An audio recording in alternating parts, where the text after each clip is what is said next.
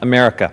The Arctic National Wildlife Refuge in northeastern Alaska is one of those places. It is a one-of-a-kind treasure. And today, for the first time, the full House of Representatives has an opportunity to cast a vote to permanently preserve and protect this special place. Now, my Republican friend, Mr. Fitzpatrick from Pennsylvania, has joined me in introducing the underlying bill that is incorporated in this amendment. And together, we are carrying the torch that prior generations of bipartisan leaders have carried. They've understood that America's Arctic is a uniquely wild place. It was Republican President Dwight Eisenhower who first established federal protections for the coastal plain in 1960, and Democratic Chairman Mo Udall who expanded the refuge, doubling its size in 1980. Now, I had the great privilege to visit the Arctic Refuge last summer. I camped in the wilderness, and I came away with an increased sense of urgency to permanently protect the refuge's coastal plain.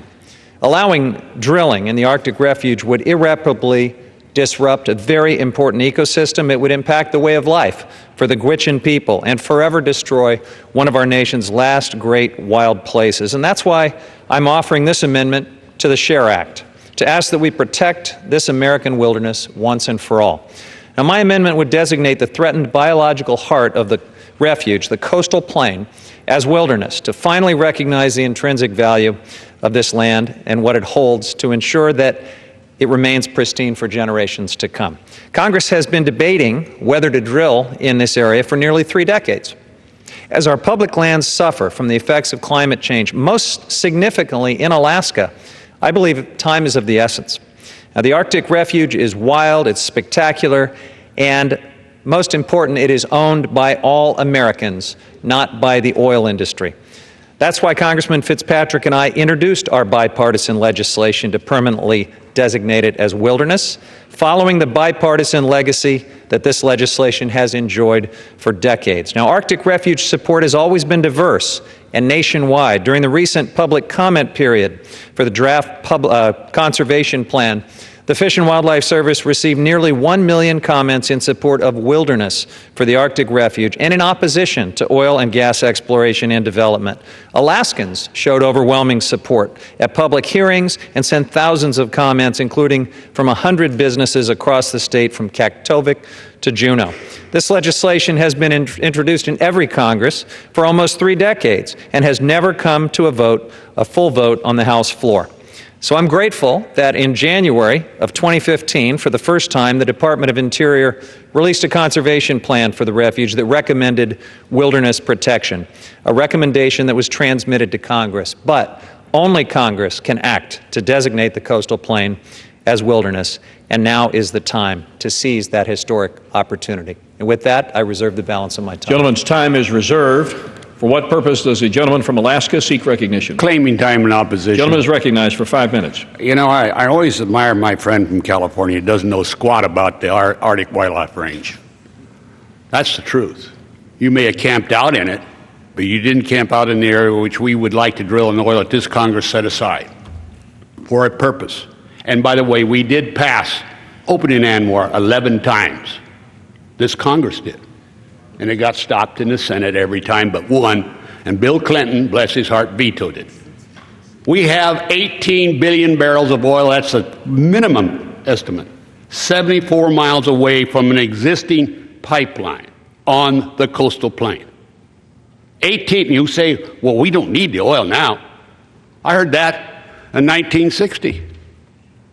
We didn't need the oil, but it went all the way up to $4.50, gasoline at the pump. This is a reserve set aside by Scoop Jackson, a Democrat, myself, and Ted Stevens, so it would be eventually there for development when Congress acts. To put this in a wilderness area now, Bill, on the behalf and behest of a group of people that really don't understand this. You say Alaska supports your amendment? In that case, I won't be back here next year. Don't applaud. Don't keep that in mind. But I've been running now longer than anybody in this House with one other man. And apparently Alaska does support this ANWR provision. It is federal oil. It's not our oil. We have an infrastructure in place right now that can be used to move that oil if and when it's needed. And I'm glad the gentleman said only the Congress would designate this, because your Fish and Wildlife recommended all be wilderness. Another act of this administration. And I happen to agree, very frankly, that the Congress will vote someday, when and where, and by the way, you want to get rid of me, take and vote for it, to open it up, and I might retire. But until that time, I'm staying here, because it's right for this nation. With the time, I yielded Mr. McClintock,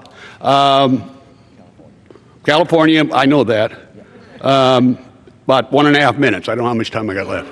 Recognized for 1.5 minutes. I thank the gentleman for yielding. Mr. Chairman, this amendment would forbid development of one of the most promising and untapped oil fields in the world.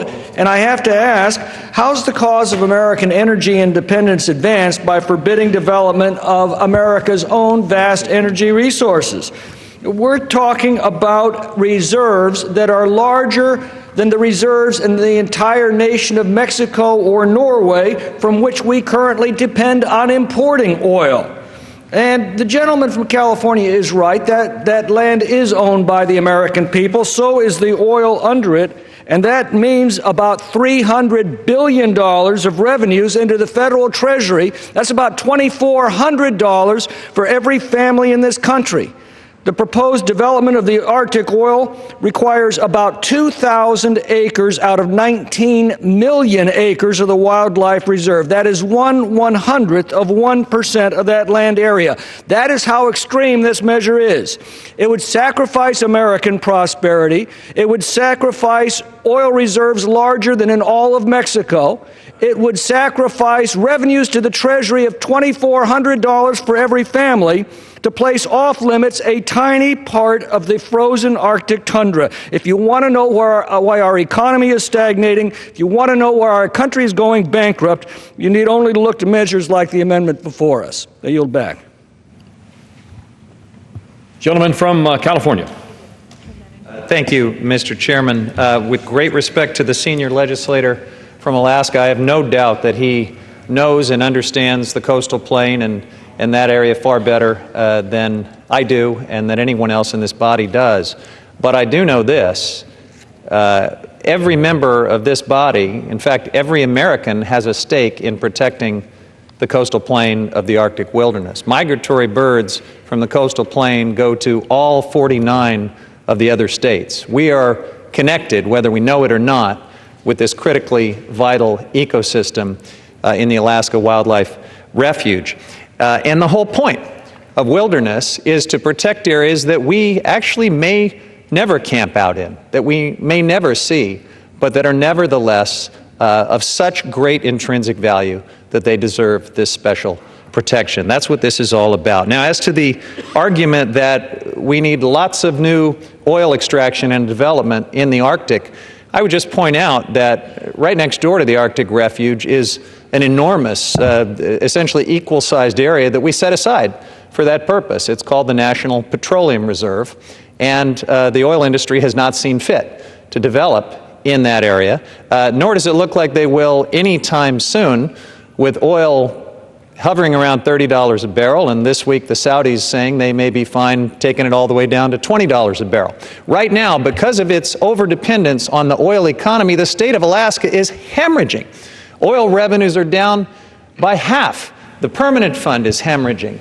Meanwhile, the tourist economy, which is built around preserving and protecting natural resources, is growing and will soon eclipse oil revenues in terms of the economic Gentleman's impact. time has expired. Gentleman from Alaska with 1 minute, 15 seconds remaining.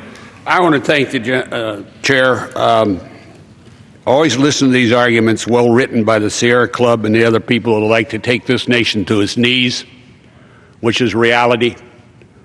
We talked about the petroleum reserve set aside. It was a reserve set aside for use by this nation, and they are drilling. They are drilling today. ConocoPhillips is going in. But ironically, for some reason, the sales were put up by this administration is not where they wanted to drill. I have an old saying, and people laugh at me when I say, you don't hunt rabbits on a pool table just because it's green. All right? You don't drill oil if it's not there. And ironically, this administration, bless their hearts, they put up sales, there was nothing there. It was like the pool table. So why would the oil company go drill? They can't and will not. The choices, and I always ask them, why don't you ask the oil companies where you'd like to drill? Oh, we can't do that because someone's asked us to preserve that great area. The other area is just as pretty, but it doesn't have any oil. This is an attempt to take 18 billion barrels of oil away from the American people. An attempt by special interest groups to make sure this country cannot grow. Oil will be here forever. Let's keep it. Let's take and oppose this amendment. It's mischievous. It's wrong for this nation. Expired. Questions on the amendment offered by the gentleman from California. Those in favor say aye. Those opposed, no. Opinion chair, the noes have it. Gentleman from California. I request a recorded vote. Pursuant to Clause 6 of Rule 18, further proceedings on the amendment offered by the gentleman from California will be postponed. It is now in order to consider Amendment Number 17, printed in